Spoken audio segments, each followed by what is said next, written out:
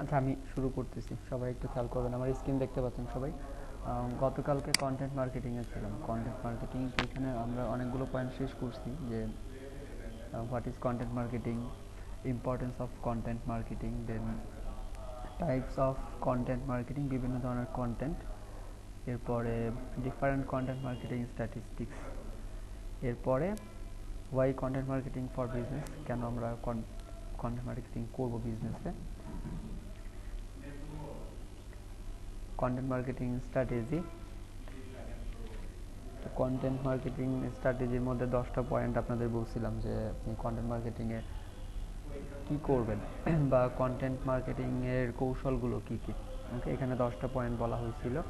এরপরে এখন ইম্পর্টেন্ট একটা বিষয় হলো আমরা যে কন্টেন্ট রাইট করব, সেটা যে কোনো ধরনের কন্টেন্টই হোক, সেই কন্টেন্টে আপনি দুই ধরনের কন্টেন্ট অ্যাড করবেন। একটা হলো ইনফরমেশনাল কন্টেন্ট, আর একটা হচ্ছে ডিসিশন মেকিং কন্টেন্ট। এখন ইনফরমেশনাল কন্টেন্ট কোনগুলো আর ডিসিশন মেকিং কন্টেন্ট কোনগুলো, এটা একটা ইম্পর্টেন্ট কোয়েশ্চেন। ইনফরমেশনাল মানে এমন কিছু কন্টেন্ট যে কন্টেন্টগুলো ইনফরমেশন বেস। ধরেন আপনি একটা প্রোডাক্ট সেল করবেন, এখন এই প্রোডাক্টের ইনফরমেশনটা কি, যে এই প্রোডাক্টটা কি, এই প্রোডাক্ট দিয়ে কি করে, এই প্রোডাক্টের কাজ কি, এই প্রোডাক্টের গুণগত মান কেমন, প্রোডাক্টের মেয়াদ বা প্রোডাক্ট কতদিন ইউজ করতে পারবে, মানে সব মোট কথা ওই প্রোডাক্টের ফিচার। ওকে, যদি আপনি ডিজিটাল মার্কেটিংয়ের কথায় আসেন, যে আমরা ডিজিটাল মার্কেটিং সেল করতে চাচ্ছি একটা কোর্স, তো এই ক্ষেত্রে ইনফরমেশনাল কন্টেন্ট কি হতে পারে? এই ক্ষেত্রে ইনফরমেশনাল কন্টেন্ট এরকম হতে পারে যে what is digital marketing, digital মার্কেটিংটা কি, এরপরে ডিজিটাল মার্কেটিংয়ের আদার্স যেই মার্কেটিংগুলো আছে ডিজিটাল মার্কেটিংয়ের মধ্যে বা এর শাখা যেগুলো আছে সেগুলো কি কি, এগুলো কিভাবে কাজ করে, কেন আমি ডিজিটাল মার্কেটিং শিখব, এই জিনিসগুলো হলো ইনফরমেশনাল কন্টেন্ট। আর ডিসিশন মেকিং কন্টেন্ট কোনগুলো? ডিসিশন মেকিং মানে যখন আপনি ডিসিশন নেবেন, ধরেন আপনি কোনো দোকানে গেছেন, কোনো একটা প্রোডাক্ট কিনবেন, তো কেনার আগে কিন্তু আপনি ইনফরমেশন খুঁজেন বা ইনফরমেশন সার্চ করেন। যে ধরেন আপনি যদি আপেল কিনতে যান, তো আপনি প্রথমে দেখবেন যে আপেলগুলো কেমন, এটা একটা ইনফরমেশন। দেন আপনি মনে করেন যে জানবেন আপেলের প্রাইস কত। ওকে, তো এই যে আপেলের প্রাইস আপনি শুনবেন, আপেলের প্রাইস শোনার আগে কিন্তু আপনি ওই আপেলটা সম্পর্কে জানেন, আপেলের ইনফরমেশন কিন্তু আপনি জানেন যে এটা একটা আপেল, এটা একটা ফল, অথবা আপেলটা আপনি দেখলেন যে আপেলটা ভালো। এখন আপনি ডিসিশন নেবেন যে আপনি কি আপেল কিনবেন নাকি কিনবেন না। সো আপনি কিন্তু এখন ডিসিশনের পর্যায়ে আছেন, তখন আপনি প্রাইস জিজ্ঞাসা করবেন। আপনি কিন্তু কখনোই এমন করেন না যে একটা প্রোডাক্ট কিনতে গিয়ে আপনি না জেনে, আপনি একটা প্রোডাক্টকে চিনেনই না, সেই প্রোডাক্টের দাম আপনি জিজ্ঞাসা করবেন, এরকম হতে পারে না। তো আমরা নর্মালি কোনো একটা প্রোডাক্ট কিনতে গেলে যদি ওই প্রোডাক্টটা সম্পর্কে আমরা জানি, তাহলে তারপরে আমরা ডিসিশন নেই যে আমরা প্রোডাক্টটা কিনবো কি কিনবো না। এটা যে কোনো অডিয়েন্সের ক্ষেত্রেই, যে কোনো অডিয়েন্সের ক্ষেত্রেই কি হয় যে আপনি যখন প্রোডাক্টটা সম্পর্কে জানেন, প্রোডাক্টটা সম্পর্কে আপনি অবগত, তখন আপনি ওই প্রোডাক্টটা কিনবেন বা পারচেস করবেন। তখন আপনি ওই প্রোডাক্টের প্রাইসিং সম্পর্কে জানতে চান বা প্রাইসিংটাকে একটু বার্গেনিং করেন, কমানোর চেষ্টা করেন। তো সেম একইভাবে আপনি যখন অনলাইনেও কোনো একটা প্রোডাক্ট সেল করবেন, তো সবার আগে আপনার যারা অডিয়েন্স, এই অডিয়েন্সদেরকে আগে জানাইতে হবে যে এই প্রোডাক্টটা আসলে কি। এটা হলো ইনফরমেশনাল কন্টেন্ট। সেকেন্ড আপনি এখন, সে তো জেনে গেল যে এই প্রোডাক্টটা আসলে কি, সে এখন ডিসিশন নেবে আমি কি প্রোডাক্টটা কিনবো কি কিনবো না। এই কারণে আপনি যখন ডিসিশন মেকিংয়ের অবস্থায় থাকবে, তখন যেই কন্টেন্ট পাবলিশ করবেন, যে এই কন্টেন্টের বিভিন্ন ডেমো বা এই কন্টেন্ট যারা নিচ্ছে তাদের কিছু ডেমো দেওয়া, এবং এই কন্টেন্টের প্রাইস কত, কতদিন এই কন্টেন্টটা বা এই প্রোডাক্ট কতদিন ওয়ারেন্টি থাকবে, এই যে যে জিনিসগুলো, এই জিনিসগুলো জানানো। ঠিক আছে, যাতে করে একজন অডিয়েন্সের, একজন কাস্টমারের ডিসিশন নিতে সহজ হয়। মোট কথা আপনি কন্টেন্ট মার্কেটিংয়ে কন্টেন্ট মার্কেটিংয়ের একটা ফানেল আসবে, আমরা ফানেলে ক্লিয়ার করব যে আসলে কন্টেন্ট মার্কেটিংয়ে আপনার কী কী অ্যাড করতে হবে। তো তার আগে ইনফরমেশনাল কন্টেন্ট আসলে কোনগুলো? ইনফরমেশনাল কন্টেন্টের মধ্যে কী কী থাকে? Provide an overview of the topic, general information about the topic at hand. তো আপনি যেই টপিকসটা সেল করতে চাচ্ছেন ওই টপিকের ওভারভিউ, যে টপিকসটা কি, তারপরে general information about the topic at hand. So আপনার ওই যে যে টপিকটা আছে, আপনি যে প্রোডাক্ট সেল করতে চাচ্ছেন সেই প্রোডাক্টের জেনারেল ইনফরমেশনগুলো। Nurturing of the customer is done. তো অলরেডি যে কাস্টমারদের সাথে আপনি কোনো একটা প্রোডাক্ট আপনি সেল করছেন তাদেরকে নিউটারিং করা, তাদেরকে আরও ইনফরমেশন দেওয়া। Answer the initial question that people actually ask. মানে ধরেন একটা প্রোডাক্ট কিনতে গেলে আপনি যে কোয়েশ্চেনগুলো করেন বা কাস্টমার যে কোয়েশ্চেনগুলো করতে পারে সেই কোয়েশ্চেনগুলোর অ্যান্সার আপনি এই ইনফরমেশনাল কন্টেন্টের মধ্যে দিয়ে দেওয়া। দেন হচ্ছে help prioritize information that your target buyers need to know to make educated decision। তো একজন অডিয়েন্সের বা একজন কাস্টমারের একটা প্রোডাক্ট কেনার জন্য যেই ইনফরমেশনগুলো লাগবে, যেমন এটার প্রাইস, এটা সে কীভাবে পাবে, আপনি তাকে কীভাবে এটা ডেলিভার করবেন। অনলাইন মার্কেটিংয়ে কিন্তু এই জিনিসগুলো ইম্পর্টেন্ট, যে এটার প্রাইস কত, এটা আপনি তার পর্যন্ত কীভাবে পৌঁছাবেন, আপনি ট্রাস্টেড কিনা, এই জিনিসগুলো আপনার ডিসিশন মেকিং কন্টেন্টের মধ্যে অ্যাড করে দেওয়া। Then clear up many misconception. Informational কন্টেন্টের মধ্যে আপনি যেটা করবেন যে তাদের একটা প্রোডাক্ট সম্পর্কে মিসকনসেপশন থাকতে পারে, মানে ভুল ধারণা থাকতে পারে যে আপনি একটা প্রোডাক্ট সেল করবেন, এই প্রোডাক্ট সম্পর্কে তার ভুল আইডিয়া থাকতে পারে। যেমন ধরেন আপনি ডিজিটাল মার্কেটিং শিখতে চাচ্ছেন, তো ডিজিটাল মার্কেটিং শিখতে আপনার কী কী লাগবে, একটা কম্পিউটার লাগবে, কেমন কনফিগারেশনের কম্পিউটার লাগবে। অনেকে হয়তো চিন্তা করতে পারে যে আমার অনেক হাই কনফিগারেশনের একটা কম্পিউটার লাগবে, সো হাই কনফিগারেশন লাগবে কি না বা লাগবে বা কতটুকু লাগবে, এই যে ভুল ধারণাগুলোকে ক্লিয়ার করে দেওয়া একটা প্রোডাক্ট সম্পর্কে, এটাই হচ্ছে ক্লিয়ার আপ মেনি মিসকনসেপশন। এখন এরপরে হলো ডিসিশন মেকিং কন্টেন্ট। এখন এই ডিসিশন মেকিং কন্টেন্টের মধ্যে আপনি কি কি অ্যাড করতে পারেন। Use while influencing the customer decision making process। প্রথম কথা হলো একজন কাস্টমার যখন ইনফ্লুয়েন্সে থাকে, মানে ইনফ্লুয়েন্সিং, মানে যখন সে প্রোডাক্টটা কিনবে এরকম সময়, ওকে, মানে একটা প্রোডাক্ট একটা কাস্টমার কিনতে চাচ্ছে, তখন হলো ডিসিশন মেকিং কন্টেন্ট আপনি মার্কেটিং করবেন।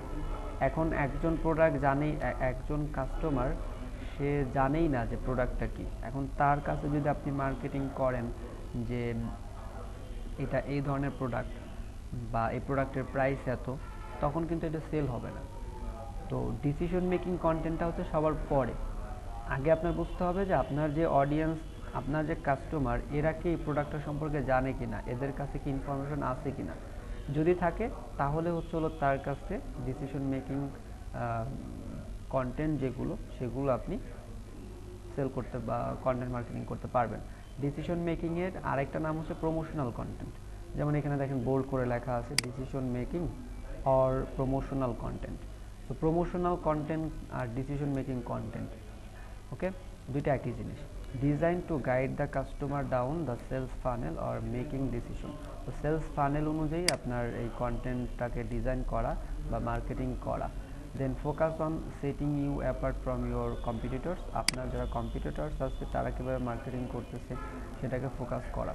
Focus on setting you apart from your, আচ্ছা দুইটা একই হয়ে গেল। Consider of offering a free trial if it appears to your product or service.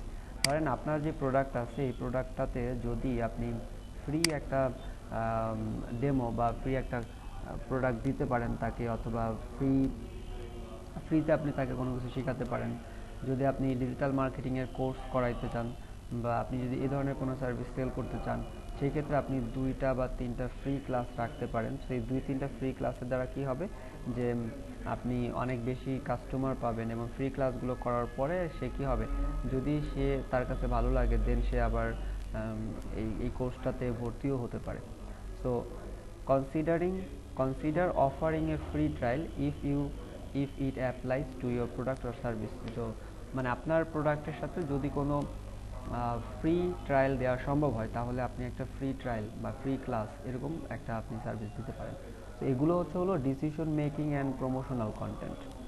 আর একটা বিষয় আপনারা খেয়াল করে থাকবেন যে আপনারা টিভিতে যে বিজ্ঞাপনগুলো দেখেন, সো এই বিজ্ঞাপনগুলো কিন্তু বেশিরভাগই কি হয়, ইনফরমেশনাল কন্টেন্ট হয়। এগুলো বেশিরভাগই ইনফরমেশনাল কন্টেন্ট হয়।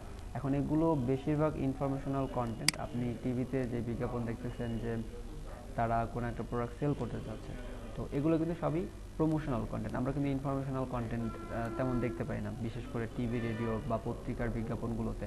তবে এখন যেমন করোনামূলক যেই সচেতনামূলক যেই মার্কেটিংগুলো আছে, প্রত্যেকটা ব্র্যান্ড তাদের অ্যাডভার্টাইজমেন্টের আগে পরে তারা কী করতেছে, ইনফরমেশন শেয়ার করতেছে।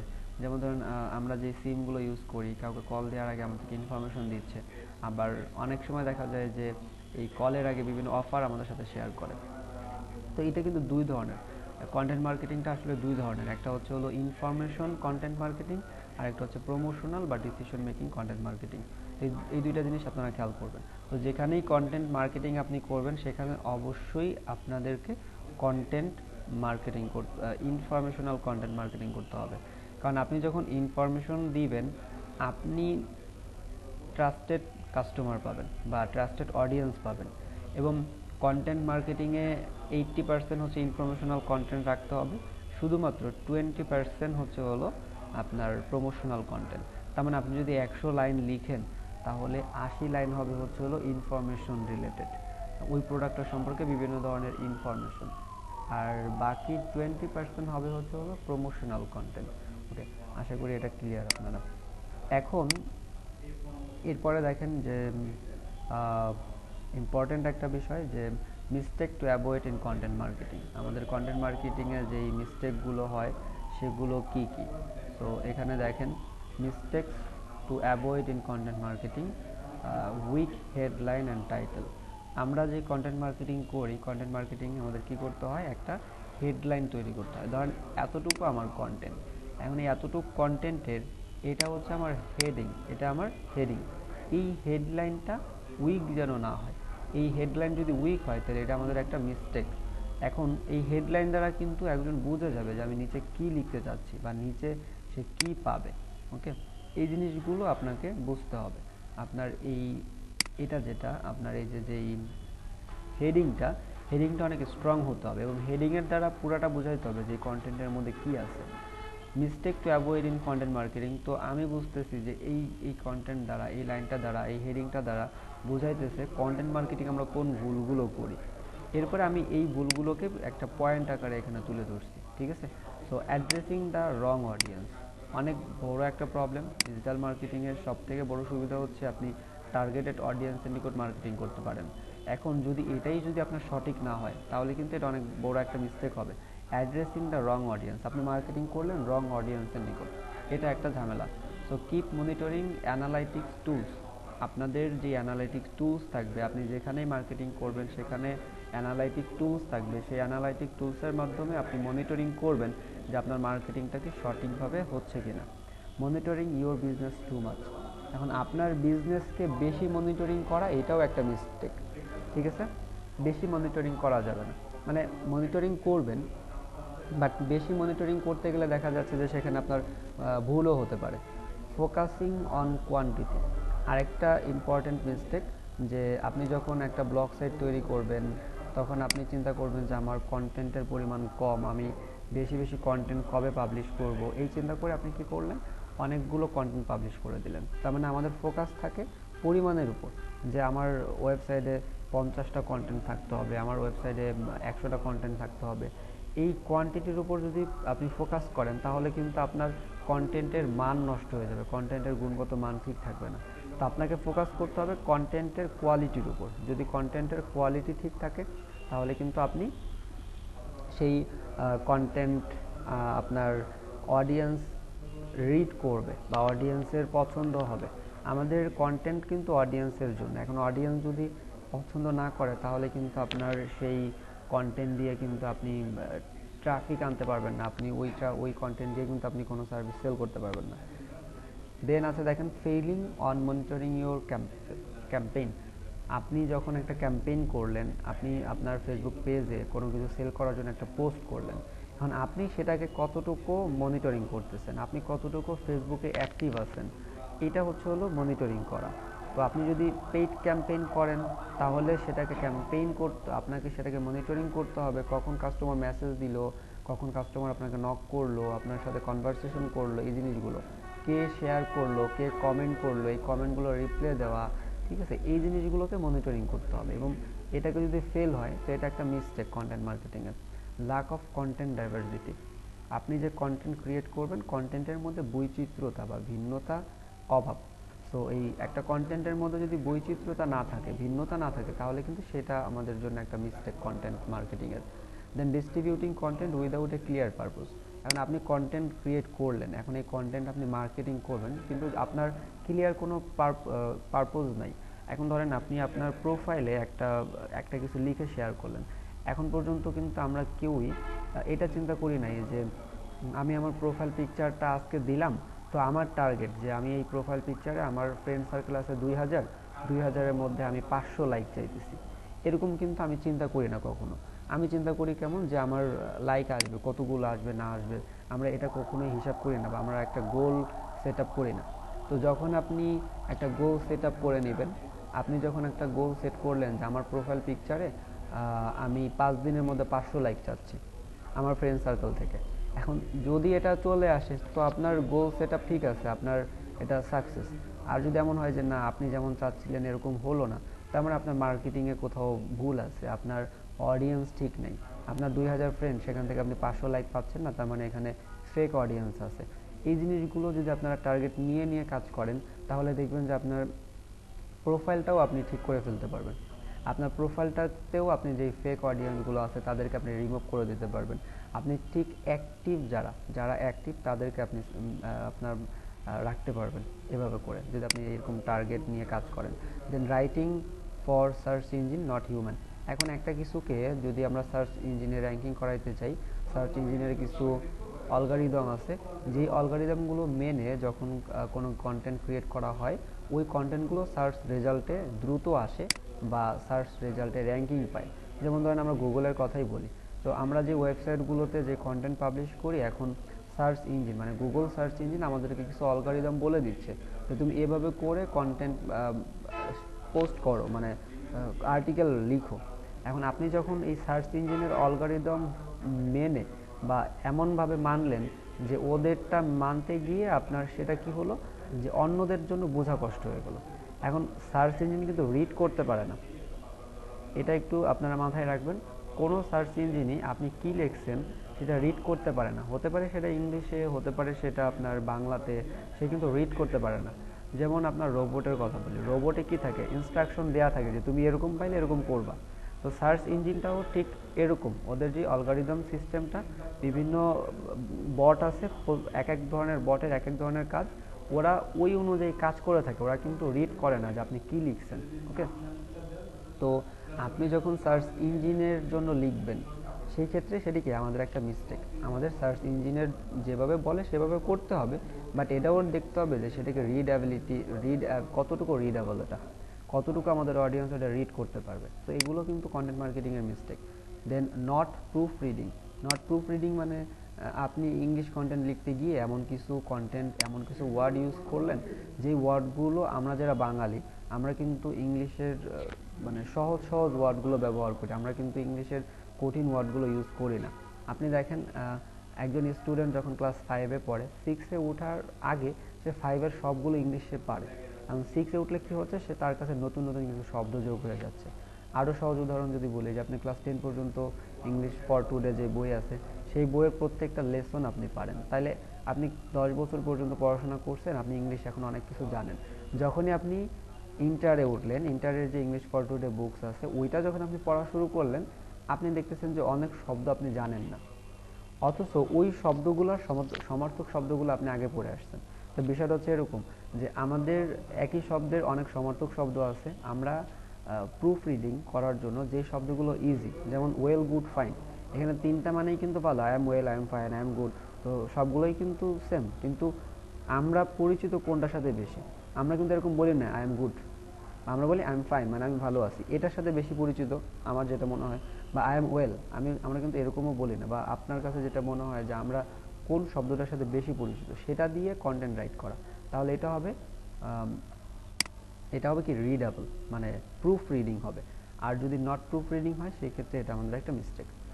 ওকে, আমি আজকে এটা দিয়ে শেষ করব, সেটা হচ্ছে ইনফোগ্রাফিক কন্টেন্ট আসলে কি। আপনাদের এর আগেও আমি শেয়ার করছি, ইনফোগ্রাফিক এমন এক ধরনের কন্টেন্ট যেখানে আপনার দেখেন এখানে ইনফোগ্রাফিক কন্টেন্ট মার্কেটিং, এটা অনেক ইম্পর্ট্যান্ট একটা মার্কেটিং। এই কারণে আপনাদের এটাকে আমি আলাদাভাবে দেখাচ্ছি, আলাদাভাবে এটা আপনাদের দেখাবো যে কীভাবে ইনফোগ্রাফিক ডিজাইন করতে হয়। Infographic they are a mix of design, writing and analysis.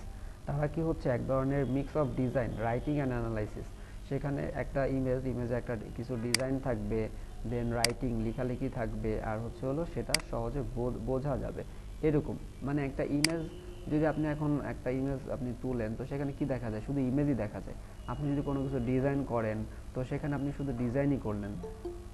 এই কাজগুলো যখন আপনি একটা ডিজাইন থাকবে, সেখানে আপনার কিছু লেখালেখি থাকবে, এবং সেটা দ্বারা সহজে আপনি কোনো একটা প্রক্রিয়া বা কোনো কিছু সহজে বুঝতে পারবেন। এটাই হচ্ছে ইনফোগ্রাফিক্স। এখন এই ইনফোগ্রাফিক্সটা কেন এত important? Why infographics in content marketing strategy attractive. এটা অনেক আকর্ষণীয় হয়, ইজিলি স্ক্যান অ্যান্ড ভিউ, সহজে আমরা এটাকে বুঝতে পারি, এবং সহজে আপনি বুঝতে পারেন, যারা অডিয়েন্স আছে সহজে তারা এটা ধরে বুঝতে পারে যে এখানে কী বলতে চাচ্ছে। ভাইরাল ক্যাপাবিলিটিস, এটা বেশি ভাইরাল হয় একটা সাধারণ ইমেজের থেকে, একটা সাধারণ ডিজাইনের থেকে ইনফোগ্রাফিক্সটা কি বেশি ভাইরাল হয়। ব্র্যান্ড অ্যাওয়ারনেস, আপনি ইনফোগ্রাফিক্সের মধ্যে আপনার ব্র্যান্ড বা লোগো আপনি অ্যাড করে আপনার ব্র্যান্ডের অ্যাওয়ারনেস বৃদ্ধি করতে পারেন। ইনক্রিজ ট্রাফিক, এর মাধ্যমে আপনার ট্রাফিক বৃদ্ধি পাবে। Expert understanding of a subject, কোনো একটা সাবজেক্টকে সহজে বোঝা যায় আপনার ইনফোগ্রাফিক্সের মাধ্যমে। How do you design infographic, আপনি কিভাবে ইনফোগ্রাফিক ডিজাইন করবেন। ওকে, যারা গ্রাফিক্সের কাজ জানেন, যারা ইলাস্ট্রেটর ইউজ করতে পারেন, তারা ইলাস্ট্রেটর দিয়ে খুব সুন্দরভাবে সহজে আপনারা ইনফোগ্রাফিক্স ডিজাইন করতে পারেন। আর আমরা যারা ডিজিটাল মার্কেটার, এদের জন্য কি হবে যে আমরা একটা ওয়েবসাইটের হেল্প নেব, যে ওয়েবসাইটের মাধ্যমে আমরা ইনফোগ্রাফিক ডিজাইন করতে পারবো। তো আগেও আপনারা দেখছেন যে কোনগুলো ইনফোগ্রাফিক্স। আজকে আমি আপনাদের দেখাচ্ছি যে কিভাবে ইনফোগ্রাফিক্সটা আপনি ডিজাইন করবেন। ওকে, আপনাদের ক্যানভা দিয়ে ডিজাইন করা দেখানো হয়েছে। তো আপনি এখানে ক্যানভাতে যদি যান, canva.com, তো canva.com-এ যাওয়ার পরে এখানে আপনারা জাস্ট লগ ইন করেন আপনার অ্যাকাউন্ট দিয়ে।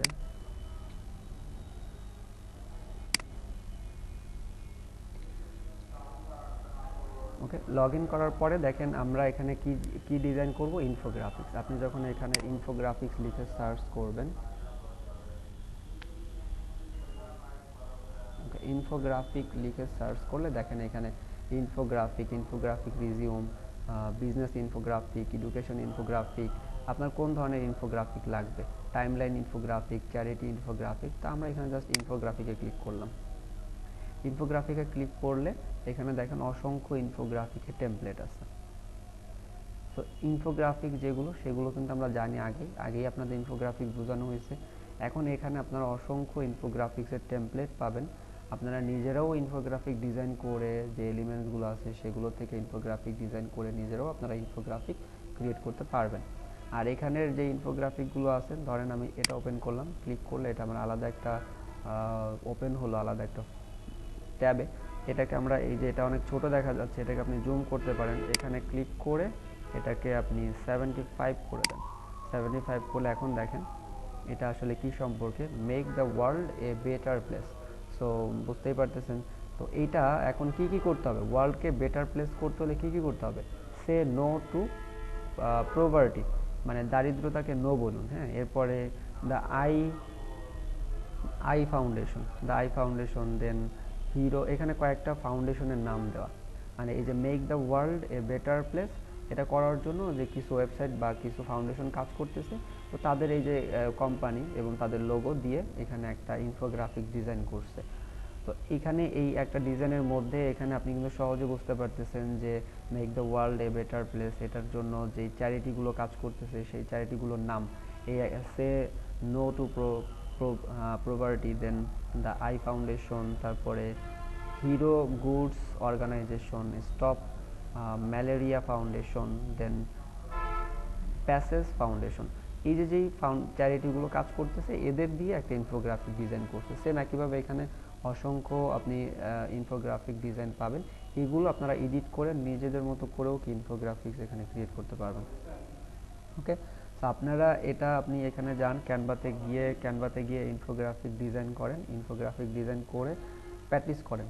আপনারা নিজেরা আপাতত প্র্যাকটিস করেন। নিজেরা প্র্যাকটিস করার পরে নেক্সট ক্লাসে আমি আপনাদের একটা ইনফোগ্রাফিক ডিজাইন করে দেখাই দেবো। যেহেতু আজকে আমাদের প্রায় ক্লাস টাইম শেষ, আপনাদের এখনও হাজিরা বাকি আছে। তো যেই কাজটুকু দেখাইলাম আপনারা ইনফোগ্রাফিক্স পর্যন্ত, ইনফোগ্রাফিক্স আপনারা ক্যানভাতে গিয়ে ইনফোগ্রাফিক্স ডিজাইন করবেন এবং সেই ডিজাইনগুলো ডাউনলোড করে আপনারা আপনাদের হোম টাস্কে জমা দেবেন। আর ইনফোগ্রাফিক্স যে কোনো কিছু টেমপ্লেট এডিট করে যে কোনো ইনফরমেশন দিয়ে আপনারা আপনাদের মতো কিছু ডিজাইন করবেন। ওকে, এখন যদি কারো কোনো কোয়েশ্চেন থাকে তাহলে করতে পারেন।